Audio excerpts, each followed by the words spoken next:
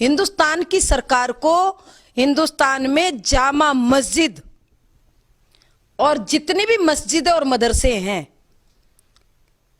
जहां पर 5 समय की जो नमाज अदा की जाती, उन सभी मस्जिदों को बंद करना चाहिए। अपने बयानों को लेकर सुर्खियों में रहने वाली बीजेपी लीडर साध्वी प्राची ने एक बार फिर मुतनाज़ा बयान दिया है।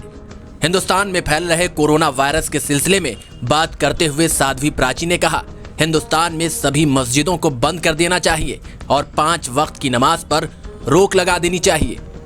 देखिए और क्या कहा साध्वी प्राची ने। हिंदुस्तान की सरकार को हिंदुस्तान में जामा मस्जिद और जितनी भी मस्जिदें और मदरसे हैं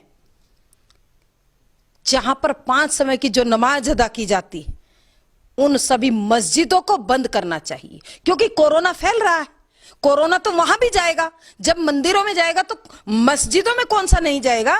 इसीलिए 5 समय की जो नमाज है ये बंद होनी चाहिए हिंदुस्तान के अंदर। और विशेषकर योगी जी उत्तर प्रदेश में तो जल्दी बंद कराओ, क्योंकि ये मस्जिदों तक घुस रहा है।